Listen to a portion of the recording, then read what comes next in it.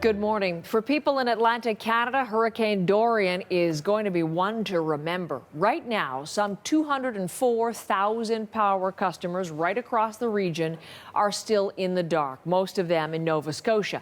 The damage this morning, widespread, and there is no real timeline yet for things to get back to normal.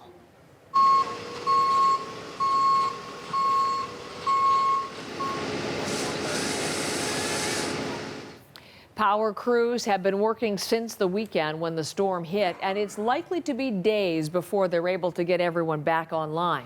Schools across the province are closed today to make sure that students are safe.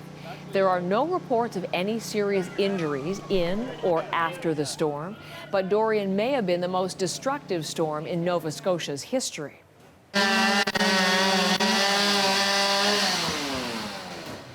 Halifax is where they saw some of the most dramatic damage. Scenes like this one, an uprooted tree tore right through the sidewalk.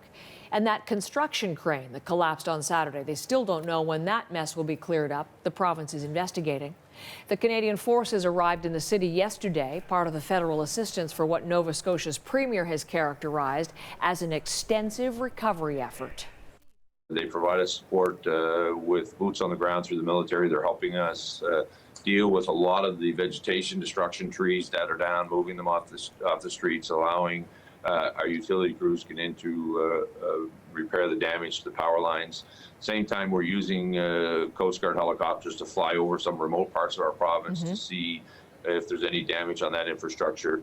So we'll continue to monitor that today. We have 300 in the province today. There's another 400 available, and we'll get a sense of that, what's happening as we move through the day.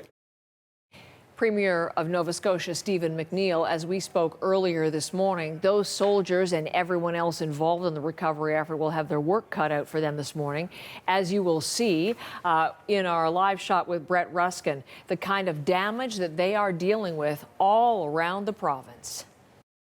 Well, just take a look at this scene behind me. This is a massive tree dangling down, being held up only by the power cables, and it's now knocked out the power to this street. And so we've heard from the president of Nova Scotia Power saying that there are very complex problems that they have to deal with. So, for example, this is one of them. So how would you fix that? Would you chop the tree into pieces? Well, that could damage not only Nova Scotia Power infrastructure, but also infrastructure of Bell or other telecommunications companies, phone companies that also have the cables on there. So what they have to do is to get all the related parties, all the companies and organizations involved to take a look at this problem, agree on how they're going to proceed. And this is just one tree on one street in one city, Halifax, and they have the whole province to deal with at this point.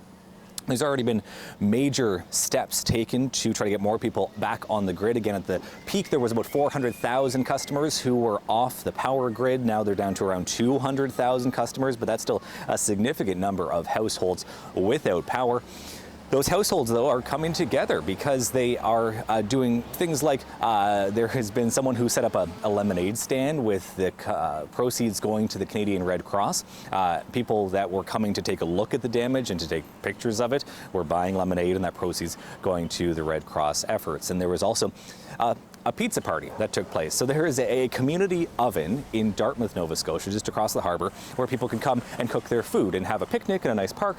And so people were there cooking because their ovens didn't have electricity or any power or gas. And so they were having this party, and there was a pizzeria that also didn't have electricity. They had all this ingredients that they were going to was going to spoil, so they brought the ingredients there and offered free pizza ingredients to anyone who wanted it. So the community coming together in the face of this storm, again, that hit on Saturday night and over the weekend. Brett Ruskin, CBC News, Halifax.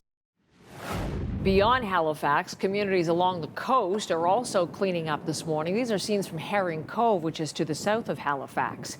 People are sorting through sheds, docks, boats, many of which were destroyed, damaged, or even submerged during the storm. We were watching, and all of a sudden, a little yellow shed that was on that point floated down by.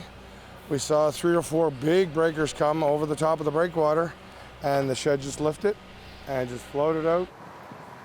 Many people say Dorian is the worst storm they've experienced, far worse than Juan in 2003. Herring Cove, one of many areas of Nova Scotia, still without power this morning.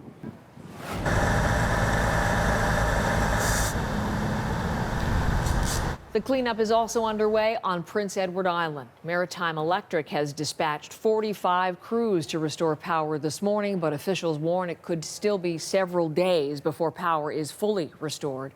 The province is also experiencing difficulties with communications. Some landlines and cell towers are out of service. Public and French language schools are closed for the day. And Dorian at last spotting, sweeping through Newfoundland last night with fierce winds that ripped trees right out of the ground in Corner Brook. At least 1,000 people are still without power this morning. The storm is now done with Canada. Its remnants are currently out in the North Atlantic.